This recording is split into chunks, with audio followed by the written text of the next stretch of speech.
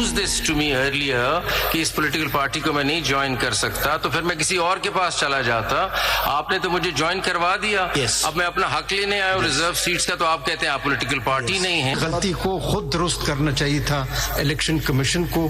The people should not have suffer. अवाम ने किसी इंडिपेंडेंट को वोट नहीं दिया था, अवाम ने उस कैंडिडेट को वोट दिया था जिसको एक पार्टी सपोर्ट कर रही थी। आज हम सारे इस बात पे खुश है कि फाइनली अल्लाह ताला ने खान साहब को सुरखरू किया। इंशाल्लाह वो दिन दूर नहीं है जब खान साहब बहुत जल्द बाकी केसेस में उनकी एक्विटल होगी और इंशाल्लाह बहुत जल्द बाहर होंगे। अल्लाह ताला ने इनको जो सुरखरू किया है वो बुनियादी तौर पर इसी वजह से था कि सियासी बुनियादों में बनाए हुए केस थे। आज के इस फैसले में मैं समझता हूँ कि बेहतर होता कि इसको अगर नेशनल सिक्योरिटी एम्बेट में देखा जाता। ये आप एक पेंडोरा बॉक्स खोल रहे हैं। जिस तरह के फैसले आ रहे हैं और फैसलों में अगर मखसूस सियासी जमात या मखसूस सियासी शख्सियत की अगर उनको हैंड होल्डिंग किसी स्टेज पे हो रही है या असिस्टेंस प्रोवाइड की जा रही है तो वो आवाम के सामने है। आया हुकूमत जाएगी अपील में इस आज के फैसले के बाद, तो ये प्रोसिक्यूशन का काम है। बिस्मिल्लाहिर्रहमानिर्रहीम। लाखों करोड़ों दरूद नबी अकरम सल्लल्लाहु अलैहि वसल्लम पर और उनकी आल पर।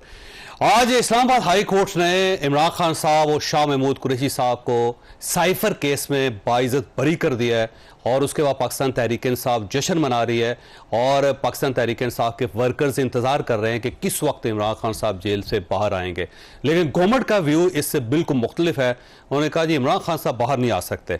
इस अदालती फैसले के बावजूद हुकूमत क्यों नहीं चाहती कि इमरान खान साहब बाहर आएँ, ये एक सवाल है जो हम आज के शो में डिस्कस करेंगे। और सुप्रीम कोर्ट ऑफ पाकिस्तान का फुल कोर्ट आज समाअत उसकी पहली हुई जिसमें मखसूस सीटों का इशू है। अब ये मखसूस सीटों का इशू जो है ये गंभीर होता चला जा रहा है। क्या पाकिस्तान तहरीक इंसाफ को यहाँ पे भी कोई रिलीफ मिल सकती है या नहीं, ये भी एक सवाल है जो हम आज के शो में डिस्कस करेंगे। हमारे साथ तशरीफ रखते हैं बैरिस्टर अकील मलिक साहब, पाकिस्तान मुस्लिम लीग नून के साथ इनका ताल्लुक है और आज आपने इनकी प्रेस कॉन्फ्रेंस भी देखी। अमर इलियास राना साहब हमारे सीनियर सहाफ़ी दोस्त हैं, तजिया कर रहे हैं, आप इनकी गुफ्तगू सुनते रहते हैं। और शुएब शाहीन साहब हमारे साथ हैं, पाकिस्तान तहरीक इंसाफ के साथ इनका ताल्लुक है। कल इनका एक केस लगा हुआ है लेकिन मेरा ख्याल है इस्लामाबाद के जो तीनों MNAs है पाकिस्तान मुस्लिम लीग नून के, उन्होंने एक पनाह ले ली है। क्या उस पनाह से ही उनको निकाल सकेंगे, ये भी एक सवाल है जो हम शेख साहब से पूछेंगे। बैरिस्टर साहब ये फरमाइए सर, ये फैसला तो बड़ा क्लियर है जी। अब साइफर केस 2 केसेस का फैसला हो गया, इद्दत में निकाह का एक मामला रह गया, लेकिन वो भी किसी वक्त उसका फैसला भी अगर आ गया तो इमरान खान साहब तो फ्री सिटीजन है सर, गवर्नमेंट कैसे रखेगी उनको? जावेद साहब बहुत बहुत शुक्रिया। खाली यही केसेस नहीं हैं, इसके अलावा भी अगर आप देखें तो अलकादिर ट्रस्ट का केस है 190 मिलियन पाउंड वाला। तो फैसला नहीं आया ना अभी इन्वेस्टिगेशन तो जारी है ना सर, इन्वेस्टिगेशन उसमें जारी है। ऑब्वियसली उसका ट्रायल होना है, चलेगा सारा मामला। उसके अलावा अभी जो इदारों के खिलाफ और जो नेक्सस ड्रॉ किया गया, जो एक म्यूटिनी की नाकाम कोशिश की गई, दोबारा 9 मई जैसा एक मामला जो बर्पा करने की कोशिश की गई, अवाम को दोबारा बरकरार देखें। ट्वीट पे तो जाहिर बात है FIA ने कॉग्निसेंस ली है, उस पर तो वो रिफ्यूज कर रहे हैं और वो कह रहे हैं कि मैंने अपने वकील की अदम मौजूदगी में कोई भी स्टेटमेंट नहीं देनी और इनकी पार्टी के जगह पे। लेकिन तोशाखाना में साइबर केस में तोशाखाना की 7 और घड़ी इद्दत में कहा गया फैसला किसी वक्त भी आ सकता है। इमरान खान साहब फ्री सिटीजन है। मैं नहीं समझता कि हमने इसको शौक से नहीं केसेस बनाए हुए और मैं नहीं समझता कि इतने जल्दी उनके बाहर आने के कोई आसार नजर आ रहे हैं, क्योंकि तोशाखाना की 7 और घड़ियां हैं। 190 मिलियन पाउंड अलकादिर यूनिवर्सिटी का जो केस है और जो ट्रस्ट का केस है वो ओपन एंड शट केस है। इसी तरह जो FIA ने कॉग्निजेंस ली है ट्वीट के ऊपर, वो भी ओपन एंड शट केस है। 9 मई के केसेस हैं, उसमें भी जो तमाम तर कंस्पिरेसी हैच की गई वो उसके सरगना है और ये तमाम तर केसेस हैं जो एग्जिस्ट कर रहे हैं। तो आपका ख्याल ये है कि इमरान खान साहब बाहर नहीं आ सकते कुछ भी करना? हमने नहीं शुएब साहब, हमने कोई शौक से नहीं रखा हुआ। ये तमाम तर वो चीजें हैं जो उन्होंने की हुई हैं, ठीक है, जिसमें वो उन पे इल्जाम है और वो कईयों में मुजरिम भी हैं, ठीक है, और गवर्नमेंट नहीं आने देगी। नहीं, गवर्नमेंट का तो ये नहीं है, कानून और आइन के मुताबिक तो कानून ने तो फैसला कर दिया आज टेक्निकल बुनियादों पे। नहीं देखिए, फैसला देखने इस्लामाबाद हाई कोर्ट का सर फैसला आ गया बस। ये वही इस्लामाबाद हाई कोर्ट है ना जिसको पता नहीं क्या कुछ कहा जाता था और आज फैसला दिया तो इस्लामाबाद हाई कोर्ट बहुत अच्छा हो गया। ये भी तो सवाल पूछे ना इनकी पार्टी के। आपको वैसे याद है जब इनका शनाख्ती निशान छीना गया था और उसके बाद मखसूस सीटें जब इनको नहीं दी गई तो उस वक्त आपने कहा जी टेक्निकली फैसला ठीक है, ठीक है, उस वक्त टेक्निकली फैसला आपको अच्छा लग रहा था। देखिए नहीं, आज टेक्निकल फैसला आपको बुरा लगा। आज दोबारा जब एक रिजर्व सीटों पे बात आ रही है तो वो अब टेक्निकल सहूलतकारी अगर हो तो वो एक अलग बात है, लेकिन क्योंकि इस मामला सब्जुडिस है मैं उस पर इतना कमेंट नहीं करता, क्योंकि एक शुरू में आपने थोड़ी सी चलाई और कहा जो एक सुप्रीम कोर्ट के अंदर जो बातें थी उस तमाम तर उस चीज में ये कहा गया कि अगर किसी पार्टी का हक है तो उसको मिलना चाहिए, लेकिन इनसे टेक्निकल, लीगल एंड पॉलिटिकल जो गलती हुई है वो सुन्नी इत्तेहाद काउंसिल को ज्वाइन करना थी। अगर ये निशान इलेक्शन कमीशन ऑफ पाकिस्तान ने ले लिया, निशान खत्म हो गया, नो प्रॉब्लम। मेरा केस इन पॉइंट है, मेरी सीट पे पाकिस्तान मुस्लिम लीग नून ने सीट एडजस्टमेंट की थी। मैंने अपने नॉमिनेशन पेपर्स में पाकिस्तान मुस्लिम लीग नून का टिकट के लिए लिखा था। जब उस डेट के बाद मैं कोई सर्टिफिकेट नहीं दे सका तो मुझे आजाद उम्मीदवार का निशान अलॉट हुआ। उसके बाद 3 दिन, जीतने के 3 दिन के अंदर अंदर पार्टी ज्वाइन करना थी, मैंने पाकिस्तान मुस्लिम लीग नून को ज्वाइन किया। ये कहते हैं ये पीटीआई के तमाम तर कैंडिडेट थे, ये मेरी तरह इंडिपेंडेंट कैंडिडेट थे। और उसके बाद इन्होंने सुन्नी इत्तेहाद काउंसिल को अगर ज्वाइन किया तो पीटीआई उस टाइम एग्जिस्ट कर रही थी और एग्जिस्टेंस उसकी, उस पर कोई इशू नहीं था। लेकिन ज़ाहिर है अब आपके वकील वहां पे ज़ाहिर है आर्गूमेंट देगा तो फिर ही सुप्रीम कोर्ट ऑफ पाकिस्तान आपकी बात मान सकेगी। अगर राना साहब इजाज़त दें, शुएब साहब को मैं ले लूँ, शुएब साहब का व्यू बड़ा इंपॉर्टेंट है। शुएब साहब आप, एक तो आपको मुबारकबाद हो, लेकिन दूसरा मैं आपको बता रहा हूँ गवर्नमेंट की नीयत कोई नहीं है इमरान खान साहब को छोड़ने की। देखिए, पहली बात तो यह है कि सिर्फ हमें मुबारक ना हो, ये पूरी पाकिस्तानी कौम को मुबारक हो। इन्होंने जाली झूठे 203 मुकदमात बनाए, ये 203 के बजाय 208 भी बना लेते तो कोई फ़र्क नहीं पड़ना था। लेकिन ये मुकदमा बनाना पाकिस्तान की कौम को गुलाम डिक्लेयर करने के मुतरादिफ था। साइफर केस, जिस शख्स ने मुल्क की सलामती और ख़ुद मुख्तारी का दिफा किया हो, ये शर्म का मकाम है कि ऐसे कठपुतली जिन्होंने अपने आप को कहा बेगर्स आर नॉट चूजर्स, उन्होंने गुलामी का तौक अपने गले में डाल के इक़्तिदार हासिल किया। और एक शख्स इमरान खान जिसमें आज़ादी, खुद मुख्तारी का नारा लगाया और कहा कि अमेरिका को जितना भी ताकतवर हो हमारे मुल्क की मामलात में मुदाखलत करने का हक हासिल नहीं है। सर उसी अमेरिका से तो वर्ल्ड कप जीत के आए थे ना। सुन उसके बाद आप कह रहे हैं कि सुन लें, इसलिए मैं ये बात कह रहा हूं कि पिछले 2 हफ्ते पहले इनका chief prosecutor Syed retired Hamid Ali Shah, justice retired Hamid Ali Shah साहब ने कोर्ट में आकर स्टेटमेंट दी जो आपके पूरे मीडिया ने चलाई है कि जनाब उस साइफर में लिखा हुआ है इमरान खान को हटा दो वरना नताज भुगतने के लिए तैयार हो जाओ। और क्या कहा था इमरान खान ने? साइफर में तो नहीं लिखा होना ये हामिद अली शाह साहब की स्टेटमेंट आप उठा लें। आप साइफर पे बात करेंगे हामिद खान साहब की। देखिए, मैं हामिद अली शाह साहब chief prosecutor FIA, that was not refuted, that was not refused, और उसको इनकार नहीं किया FIA ने। जो मौजूदा जो प्रोसिक्यूटर आए हैं उसने भी रिफ्यूज नहीं किया, उसने कहा जी हाँ ये बात दुरुस्त है, उसको तस्लीम किया कोर्ट में।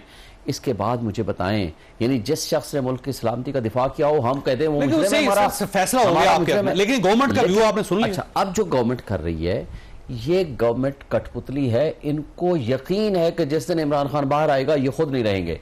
ये जिस तरीके से फॉर्म 47 की पैदावार है, फॉर्म 45 हम लेके घूम रहे हैं। आज आपने देख लिया ये इस्लामाबाद हाई कोर्ट के जस्टिस तारिक महमूद जहांगीरी साहब ने पिछले 2 महीने से इनको टाइम दे रहे हैं, किस बात पे? अपने फॉर्म 45 ले आए, एफिडेविट ले आए। आपने और टीवी पे इश्तिहार चलवाया, वैसे पहली मर्तबा ऐसा हुआ है कि आपने टीवी पे इश्तिहार चलवा दिया। कोर्ट ने ऑर्डर किया कि ये नहीं आ रहे, पैसे जाती तौर पे इस्तेमाल किए इन्होंने कहा कि जी आप टीवी पे, कोर्ट ने कहा कि आप इश्तिहार चलवाएं और तमाम 3 अखबारों में, डॉन में, द न्यूज में, जंग में, ये आप खबर दें कि जनाब आप आ जाएं और फॉर्म 45 ले आएं, और वो नहीं आ रहे।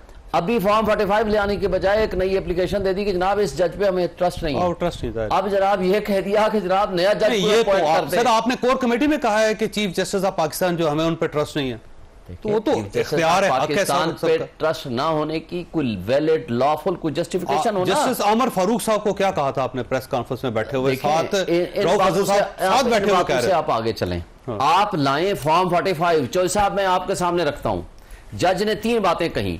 पहली बात तो यह है कि जो झूठ बोलेगा यहीं से जेल जाएगा, जो बात बोलेगा हमारे में से या उनमें से। ठीक है। नंबर 2, इन फॉर्म्स की मैं फोरेंसिक कराऊंगा, पाकिस्तान के अंदर भी पाकिस्तान से बाहर भी।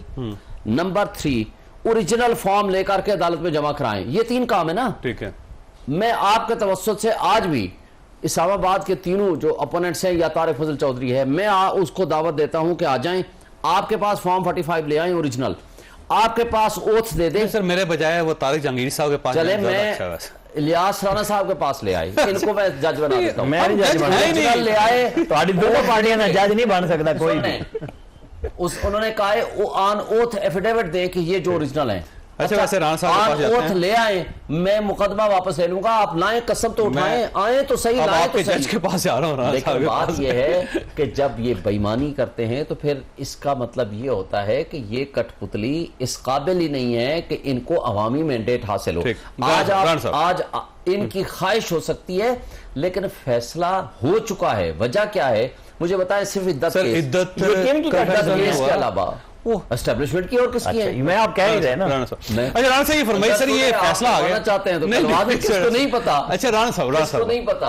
राणा साहब मसला ये है कि जो अमर फारूक साहब है उनके बारे में जो रऊफ हसन साहब ने कहा, शुएब साहब बैठे हुए थे, वैसे इन्होंने तरदीद की, उन्होंने उनको नहीं कहना चाहिए था ये, लेकिन आप इनकी वजाहत खुद दे रहे हैं। नहीं उन्होंने कहा, वैसे यहाँ शो में कहा, वहां नहीं कहा, वहां खामोश रहे थे वैसे। और अब आज उन्हीं चीफ जस्टिस साहब को ये कह रहे हैं मैन ऑफ द मैच है, तो ये मेरा ख्याल यू टर्न नहीं है वैसे। नहीं, ये तो उनकी गुफ्तगू में वो कहते हैं आगे चले। आपको भी ये कहा है ना कि भाई जरा काम साड़ा हो गया और ठीक है, और जो नहीं हुआ। देखिए चौधरी साहब, 2-3 चीजें हैं। जो साइफर का केस है ना, बरी हो गए, मुबारक। इशू ये है कि आप एक वजीर आजम से ये तवक्को नहीं करते कि आपकी सिफारती कोड डीमोरलाइज हो जाए कि जी हम अपने मुल्क में जो चीज़ लिख के भेजेंगे वो इस तरह इश्तिहार लगाया जाएगा। ये सबसे बड़ा पहलू है उस बात का कि साइफर कोई लेटर नहीं है, वो तो एक कोड का नेम है। हम उस चीज़ को पब्लिक कर देते हैं कि जो दुश्मन हमारा ढूंढ रहा है उसकी कुछ कीज़ चेंज होती रहती हैं जो बताया गया है। ये नहीं है कि पूरा को आप रोज़ाना कोड ही नया बनाते हैं। आपने दुश्मन का काम आसान किया, ये टेक्निकल इशू बस इतना था। इसके ऊपर हमारी अदलिया ने उसी तरह बरी कर दिया जिस पे इनको इतराज़ है, नवाज शरीफ को फकीदुल मिसाल बरी किया गया। हालांकि आमिर फारूक ने, जस्टिस आमिर फारूक, उस वक्त वो चीफ जस्टिस नहीं थे, अगर मुझे सही याद है सितंबर 2021 में जब इमरान खान वजीर आजम थे, उन्होंने आखिरी हेयरिंग में कहा मरियम नवाज मालिक हैं, पेपर बताएं। उन्होंने कहा जी नहीं है। नवाज शरीफ मालिक हैं, पेपर बताएं, नहीं है जी। उन्होंने कहा फिर आपका केस क्या है? ये फोटोस्टेट कागज है, वो जो JIT के हीरे एजाजुल हसन साहब लेके चल रहे थे ना उन सबको, उसकी ऐसी की तैसी फेरी और मरियम नवाज और कैप्टन सफदर को बरी किया। नवाज शरीफ चूंकि एब्सकॉन्डर थे, जिस पे बहुत PTI ने इन्हीं जजों से कहा, उस फैसले पे ये लोग खुश थे, वो उदास। नहीं, मैं तो वो कहूंगा फैसले पे वो खुश नहीं, उदास है। उस फैसले पे इन्होंने कहा कि ये चमक दमक है, ये सहूलतकारी है, मतलब ये PTI ने कहा। इसलिए मैं कह रहा था मैं इन दोनों के जज नहीं बनता। दोनों के अपनी अपनी मतलब फैसला हक में आएगा तो ठीक है, नहीं आएगा तो चीफ आउट कराएंगे। भाई ये कोई बात है? आपको सीधी बात करनी चाहिए कि आज आपको हक है और कल नहीं था। ये कोई मतलब क्या शोएब शाहीन साहब ने उनकी इस गुफ्तगू पे रऊफ हसन साहब को उस प्रेस कॉन्फ्रेंस में टोका था? बिल्कुल नहीं किसी ने टोका। वहां पे वुकला खड़े होते सारे। कल कोर कमेटी ने कहा, आज इनके सीनियर 3 वुकला सुप्रीम कोर्ट में खड़े थे, किसी ने कहा चीफ जस्टिस को कि हम आपके साथ नहीं आते? किसी ने नहीं कहा। वहां बढ़ बढ़ के पेश गौर खान साहब ने कहा कि नहीं जी जो वुकला कह रहे हैं वो ठीक है। सलमान अकरम राजा साहब भी वहां पे खड़े हुए थे, एक अपनी MNA के वकील बन के। मतलब कौन नहीं था जो ये बात कर सकता था? वहां माइलॉर्डी हो रहा था ना। तो यही हमारी हकीकत है। हमें ये समझना चाहिए कि आम आदमी कहीं पर नहीं एग्जिस्ट करता। वैसे एक $10 बिलियन का सवाल है इस वक्त कि क्या इमरान खान साहब इस फैसले के बाद बाहर आ सकेंगे या नहीं? आप पे सवाल छोड़ के देना। छोटी सी ब्रेक के बाद दोबारा जरूरत।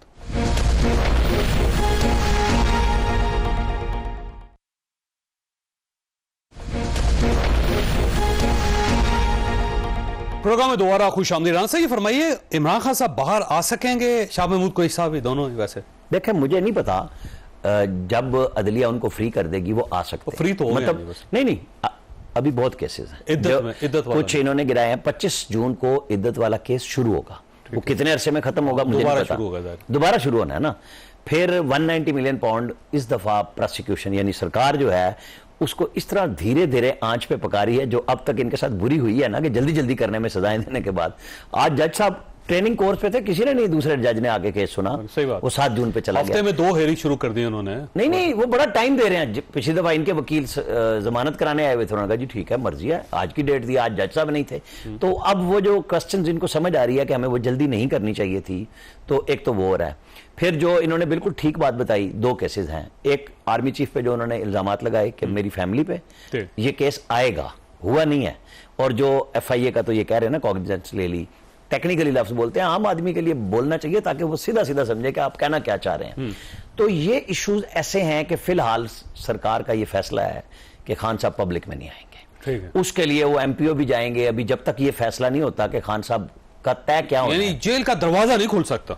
मैं कहता हूं जी बन्नीवाला में भी शिफ्ट हो जाएंगे, पब्लिक के लिए अभी तक ये फैसला है कि वो नहीं आएंगे। ठीक है, मतलब फिर अदालतों के फैसलों का क्या फायदा है? अदालतें तो हमेशा फैसले करती हैं। अदालतों ने लेकिन इसका मतलब 14 मई का फैसला नहीं दिया, फैसले माने ही नहीं। एक मिनट, 14 मई का फैसला नहीं दिया स्टेट सुप्रीम कोर्ट ने, उसमें वो इतना बड़ा फैसला था कि किसी का नाम ही नहीं लिखा, 27 सफ़े लिख दिए। ठीक है, मतलब मैं बताए ना, मैं और आप उस फैसले को क्या करें? नहीं, वो कहते हैं फैसला आया ही नहीं अभी तक। नहीं 27 सफ़े का क्यों नहीं, 27 सफ़े का फैसला ना हतमी फैसला नहीं आया अभी तक। नहीं 27 सफ़े का फैसला जारी हो चुका है और उसमें उन्होंने कहा जी ये सारे जिम्मेदार हैं, किसी शख्सियत का नाम नहीं है। अच्छा ठीक। मतलब जुर्रत इजहार जो आज हमारे जज कहते हैं जाओ यार प्रेस कॉन्फ्रेंस करो, 200 लोग खड़े हो जाएं, ये आइंदा आने वाले दिल में भी जो केस है, इस्लामाबाद हाईकोर्ट की बात कर रहा हूं, इन्होंने उनमें जमानतें दी हैं। मतलब ये ऐसी स्टैब्लिशमेंट है जिसकी दुर्गत बन रही है कि ये प्रेशर डालते हैं और सारे फैसले एस्टैब्लिशमेंट की मंशा के खिलाफ आ रहे हैं। मैं कमाल है वैसे इस वक्त। वैसे बैरिस्टर साहब ये फरमाइएगा सर कि ये खिचड़ी क्या पक रही है, जो आप उनको बाहर नहीं आने दे रहे, अदलिया जो है वो उनके हक में फैसले दे रही है, तो इसका मतलब ये हो कि गवर्नमेंट अदालत के साथ लड़ने के लिए तैयार बैठी हुई?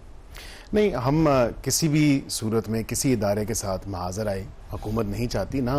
तो ऑर्डर तो आए हुए हैं, आप कह रहे हैं कि नहीं आएंगे, लेकिन नहीं ये बात नहीं। जिस तरह आमिर इलियास राना साहब ने बताया कि और मैंने भी शुरू में आपको ये बताया कि जो केसेस एग्जिस्ट कर रहे हैं वो केसेस एग्जिस्ट कर रहे हैं। ठीक है। अगर उनकी जमानत अदालत देती है तो फिर अदालत ऑब्वियसली वो देखेगी, खुद ही जाकर रिहा भी करवा ले। अगर अदालत रिहा करवाना चाहती है खुद सिलेक्टिव जुडिशियल एक्टिविज्म करके, तो फिर ये अदालत के ऊपर है। लेकिन ये तमाम तर केसेस कानून के मुताबिक आप ये चाहते हैं कि जज साहब उसके बाद अपना फैसला खुद ही इंप्लीमेंट करें, जेल जाएं, दरवाजा खोलें, उनसे कहें जाएं जी अब घर वापस? करना चाहते तो कर सकते हैं वो, लेकिन गवर्नमेंट नहीं इजाजत देगी, मौका देगी नहीं। गवर्नमेंट का बड़ा क्लियर स्टांस है कि ये तमाम तर केसेस हैं, ये आइन कानून के मुताबिक हैं, और इन केसेस में फाइनली देखिए केसेस पे केसेस बनाने की बात नहीं है। ये अब लास्टली जो केस है, ये ट्वीट वाला केस, ये हमने तो नहीं कहा ना कि आप ट्वीट करें, ट्वीट तो खुद की गई, कानून तो खुद तोड़ा गया, आइन को खुद हाथ में लिया गया, इदारे के साथ खुद जो है वो फ्रंट पे आ गए। लेकिन तमाम तर चीजें ये हमने तो नहीं कहा। खान साहब तो जेल के अंदर है ना सर, तो उनके पास तो ट्विटर एक्सेस नहीं है ना, एक्सेस नहीं है, लेकिन उनकी मंशा पे, उनकी इमा पे हुआ, जो इनकी पार्टी के 5-6 लोगों की एक बड़ी कंफ्लिक्टिंग स्टेटमेंट्स हैं। ये एक बंदा कहता है कि जी खान साहब की इमा पे हुआ, उनकी इंस्ट्रक्शंस पे हुआ, एक कहता है अमेरिका से चलता है, दूसरा कहता है कि नहीं खान साहब को पता ही नहीं है, तीसरा कहता है हाँ हो गया लेकिन आइंदा नहीं होगा। तो ये तो खुद तो फैसला करें कि वाकईतन वो चला रहे हैं या नहीं चला रहे। और फिर जब उनसे इन्वेस्टिगेशन के लिए इदारे जाते हैं 161 का बयान रिकॉर्ड कराने, वो कहते हैं जी कि मैं क्योंकि अमेरिका और बरतानिया में उधर का आइन का पाबंद हूं, शायद तो मैं नहीं दूंगा। मुझे तो समझ नहीं आ रही कि कौन सी। अच्छा, वैसे आपका ख्याल ये है कि वो जो केस है, ट्वीट वाला केस है जिसमें गद्दार कौन है, एक वीडियो है, और उस पे इमरान खान साहब के ऊपर आर्टिकल 6 लग सकता है? नहीं, आर्टिकल 6 हाई ट्रीजन है, म्यूटिनी है, ऑब्वियसली ट्रीजन है। अब वो देखा जाएगा कि इन्वेस्टिगेशन एजेंसीज उसको किस तरफ लेके जाती हैं।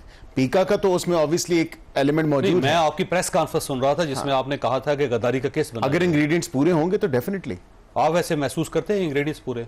मैं समझता हूं काफी हद तक इंग्रेडिएंट्स पूरे हैं। ठीक है, क्योंकि ये जो केस है सिर्फ गवर्नमेंट बना सकती है, आपको अंदाजा होगा। कोई जी बिल्कुल गवर्नमेंट बना सकती है, और गवर्नमेंट बाकी और तमाम चीजों पर भी देख रही है कि एक अगर इंतशारी टोला, जिसको मैं सियासी जमात नहीं समझता, अगर वो लोगों को वरगलाने, कौम को दोबारा एक 9 मई जैसे अफसोसनाक वाक़े पे दोबारा वो बर्पा करना चाहती है, तो माजरत के साथ तो फिर तो ये भी कंसिडर होना चाहिए कि ऐसी सियासी जमात का एग्जिस्ट करना ही, यानी आप समझते हैं बैन हो जानी चाहिए पार्टी? मैं ये नहीं कहूंगा कि बैन हो जानी चाहिए, लेकिन ऑब्वियसली लेकिन देखा जाएगा। ऑब्वियसली अभी तो बड़ी नेसेंट स्टेज पे है और अंडर इन्वेस्टिगेशन। फैसल वाड़ा साहब ये इंकशाफ कर चुके हैं कि ये बैन होने वाली पार्टी? अभी हतमी तौर पे कोई फैसला नहीं हुआ और नहीं अंडर डिस्कशन। उनको वैसे इंफॉर्मेशन पहले मिल जाती है, ये याद रखिएगा कि जो फैसल वाड़ा साहब कहते हैं ना, वो उनके मुझे ख्याल सितारों की चाल समझते हैं वो, और उसके बाद कुछ अरसे बाद वही हो जाता है। अब पता नहीं वो नजूमी है या वो गैप कलम जानते हैं, ये तो हमें नहीं पता। अच्छा शेर साहब, आप पुरानी चीजों को रो रहे हैं, नए केस खुल रहे हैं, नए खाते बन रहे हैं, वो कहते हैं पार्टी बैन होनी चाहिए, वो कहते हैं गद्दारी का केस बनना चाहिए, और ये म्यूटनी फैला रहे हैं पाकिस्तान के अंदर। तो आप तो मेरा ख्याल है लगोटा कस लें आप। देखिए, ये कोई म्यूटनी का पहला केस तो नहीं बना रहे, दर्जनों अभी इमरान खान के खिलाफ इसके मुकदमे बने हुए हैं म्यूटनी का ऑलरेडी। केस नहीं बना हुआ। म्यूटनी का केस भी बनाया हुआ है अच्छा? इन्होंने, हैं कौन सा? बिल्कुल है, कई हैं, मैं आपको भेज दूंगा आपको, कई किए हुए इन्होंने, दर्जनों केसेस हैं, कोई 203 मुकदमात ऐसे तो नहीं बने, बल्कि पीपीसी की कोई दफा नहीं है जो लगी हुई ना हो उनके ऊपर। लेकिन बात यह है कि मुझे बताएं, मैं इनको एक वार्न कर रहा हूं, इतना आगे जाएं जितना आप बर्दाश्त कर सकें कल, इतना ना आगे चले जाएं जो आपकी बर्दाश्त से बाहर हो जाए। इमरान खान लीडर है, वो इस मुल्क को छोड़ के नहीं भागेगा, आपका लीडर भी भाग जाएगा और आपके पीछे कोई सरपरस्त भी नहीं रहेगा। ये वो पार्टी है जी, ये वो पार्टी है जिसके साथ 80% 90% आवाम खड़ी हुई है। डरे उस दिन से जिस दिन आवाम आप लोगों का घेरा तंग कर ले, जिस दिन एजेके की तरह आवाम बाहर निकल आए। न करें ऐसा जुल्म, न करें ऐसी ज्यादतियां जो निजाम इंसाफ, कानून, आइन आपने उठा करके रद्दी की टोकरी में डाल दिया है। आज आप जजेस के साथ जो कुछ कर रहे हैं, पाकिस्तान की तारीख में पहली मर्तबा तमाम हाई कोर्ट्स और लोअर जुडिशरी ने लिख के दिया है कि हमारे रास्ते की रुकावट, सबसे बड़ी रुकावट इंटेलिजेंस एजेंसीज हैं, और जब हम उनको इनकार करते हैं उससे तो पहले शायद सिद्दीकी साहब जो है ना, वो मादर चाहते सिद्दीकी साहब, शौकत सिद्दीकी साहब, वो बाकायदा नाम ले चुके हैं सर पहले जब जज थे। देखें, और आपने उनके खिलाफ रेफरेंस बनाया। सुने, एक जज का एतराज ये नहीं था, एक जज का एतराज था ना, ठीक है सर, उसमें उन्होंने नाम दिए थे, तो आज नाम इन्होंने किसी ने नाम नहीं दिया जज ने।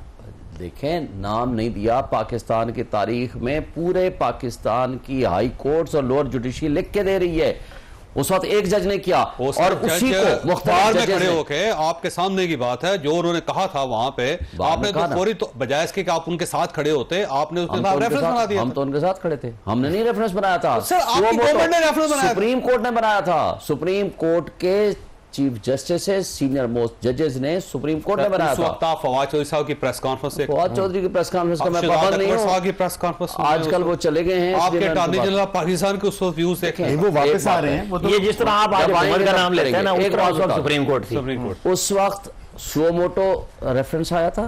सुओमोटो रेफरेंस में the then chief justice Islamabad high court Anwar Kasi साहब, जिसके खिलाफ मैंने पिटीशन फाइल भी की और उनके खिलाफ प्रोसीड भी किया, उसकी गवाही आई और one of the member of the bench भी था। और एक बात बता दूं, एक जज की डिस्प्यूटेड बात, ये जो सबसे बड़ा सवाल आया था, उनसे पूछा गया इंटेलिजेंस एजेंसीज के किसी सरबराह से आपने अपने घर में मुलाकात क्यों की? आपके इल्जामात अगर दुरुस्त भी हैं तो आपने उसको अपने घर में इनवाइट किया, वो कोई जबरदस्ती नहीं घुसे थे, लिहाजा आपने एक लिहाज से मिसकंडक्ट किया है। मैं उसमें नहीं जाना चाहता, हम उस वक्त भी शौकत सिद्दीकी के साथ खड़े थे।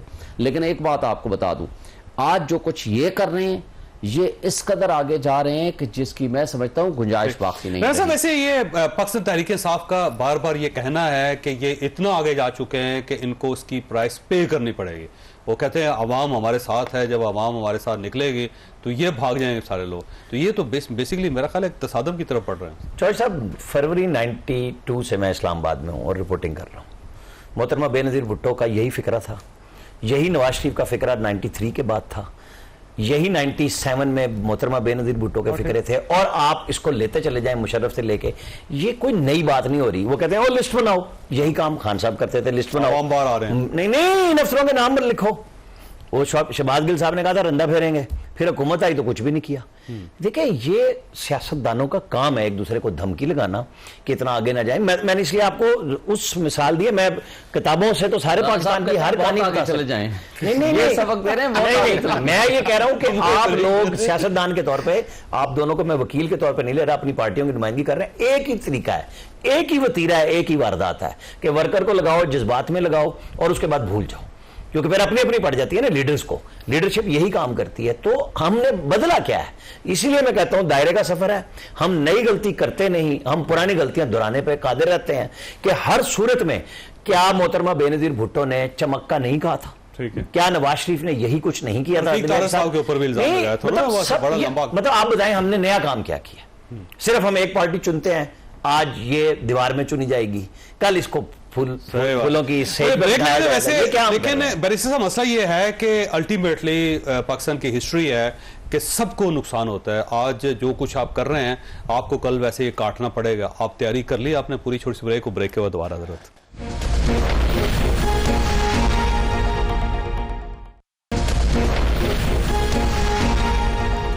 प्रोग्राम में दोबारा खुशामदीद। बैरिस्टर साहब ये फरमाइएगा सर, ये शुएब सईद साहब का आपको चुनौती है, बल्कि उनकी वो ये कहते हैं कि आप तैयारी कर लें, हमारा वक्त आएगा तो आपके लीडर यहाँ से भाग जाएंगे और आप को बड़ी परेशानियों का सामना करना पड़ेगा, तो क्यों इस लेवल तक चीज़ों को ले जाना चाह रहे हैं आप? नहीं, जो सब परेशानियों का तो सामना उनको करना चाहिए या उनको सोचना चाहिए जो कोई गलत कर रहे हो। हम तो कोई गलत नहीं कर रहे, हम तो आवाम को रिलीफ फराहम कर रहे हैं। आपने देखा कि आज पिछले माह 25 रुपए पेट्रोल सस्ता हुआ, 20 रुपए डीजल सस्ता हुआ।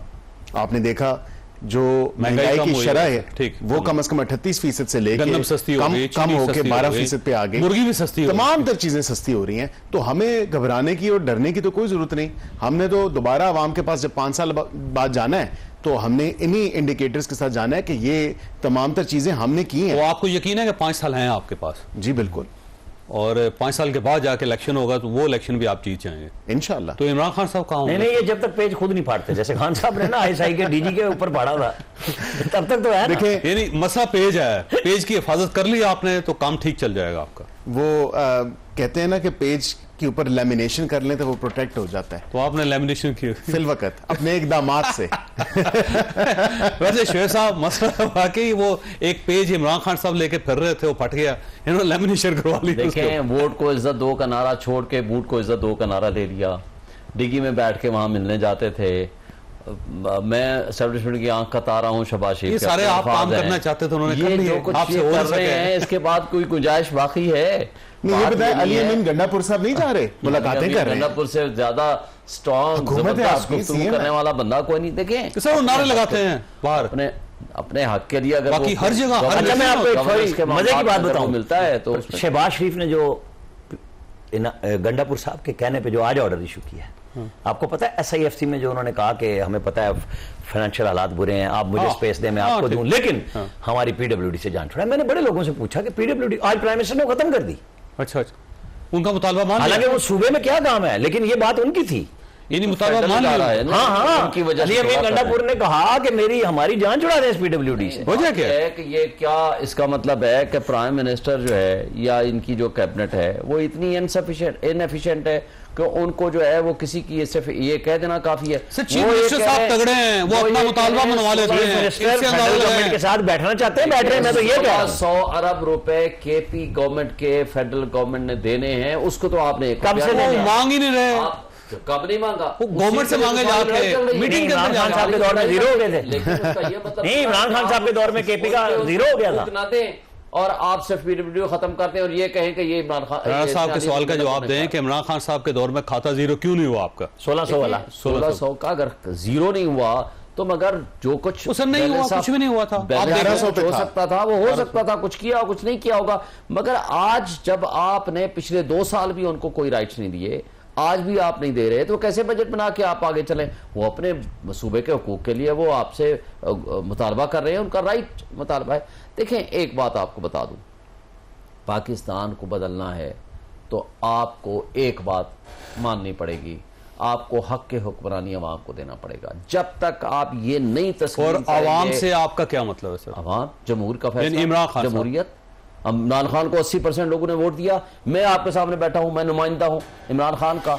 मुझे 1,05,000 वोट दिया है यहाँ की इस कॉन्स्टिट्यूएंसी से, और जो मेरे मध्य मुकाबले हैं 50,000 वोट लेके आज वो नोटिफिकेशन लेके लहरा रहे हैं। ये फर्क सिर्फ यहाँ नहीं है, पूरा पिंडी डिवीजन। मैं आखिरी जिले की बात करता हूँ, डेरा गाजी खान जिला का हर सीट हम जीते हैं, मेरे पास पूरी फॉर्म 45 की। और हमारा सर ये भी हारे हुए आपका ख्याल है? बिल्कुल हारे हुए। कमिश्नर रावलपिंडी को उठाए आप, उसको आज की तरह किसके पास है? उठाया हुआ है। जिनको उठाया हुआ है मैं उसी की बात करता हूं, उसकी तहकीकात ही करा लें। उठाया हुआ है, उसकी आवाज उठाए ना, उस बंदे को उठा करके लाए किसी अदालत में। ये सिर्फ टीवी में उठाते हैं, रेट नहीं की। अच्छा, हर रोज रेट करते हैं कि जनाब मुझे बताएं मुस्तफा कमाल ने आपका ख्याल ये है कि बैरिस्टर साहब भी फॉर्म 47 के अब हमारी लड़ाई ना कराएं, लेकिन मैंने एक दफा कह दिया, बिल्कुल मैं ये मानता हूं, इसलिए कि ये एविडेंस हमारे पास कमिश्नर रावलपिंडी की मौजूद है, निसार चीमा की मौजूद है, मुस्तफा कमाल की मौजूद है, कमरान टेसूरी की मौजूद है।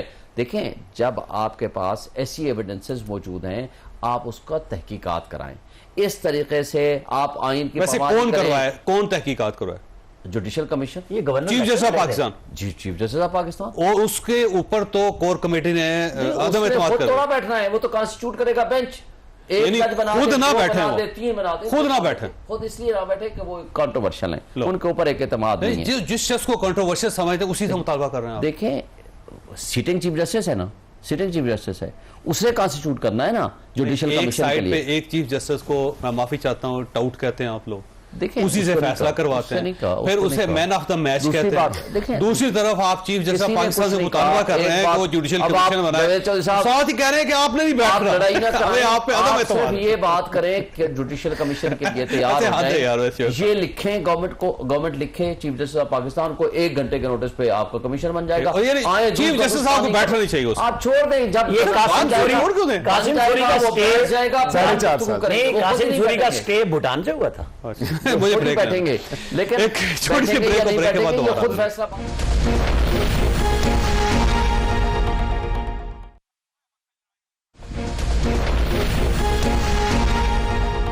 प्रोग्राम में दोबारा खुशामदीद। बैरिस्टर साहब ये फरमाइएगा सर, ये मखसूस सीटों का इशू है, सुप्रीम कोर्ट ऑफ पाकिस्तान में इस वक्त ये मसला ज़ेरे बहस है, और आज आप लोगों ने, आप शामिल हैं उसमें, यानी आपकी पार्टी शामिल है, उन्होंने कहा जी ये सीटें हमारा हक है, तो जिसका हक है आप उसको क्यों नहीं देना चाहते? देखें, इनकी तरफ से एक सियासी और कानूनी बड़ी गलती हुई इनसे। आज सुप्रीम कोर्ट में भी ये बात ज़ेरे बहस आई, उन्होंने कहा कि उस टाइम पीटीआई एग्जिस्ट कर रही थी कि नहीं कर रही थी, निशान को एक साइड पे छोड़ दें, पीटीआई तो एग्जिस्ट कर रही थी। उजलत में इनको किसने कहा था कि आप सुन्नी इत्तेहाद काउंसिल में जाके बैठ जाएं?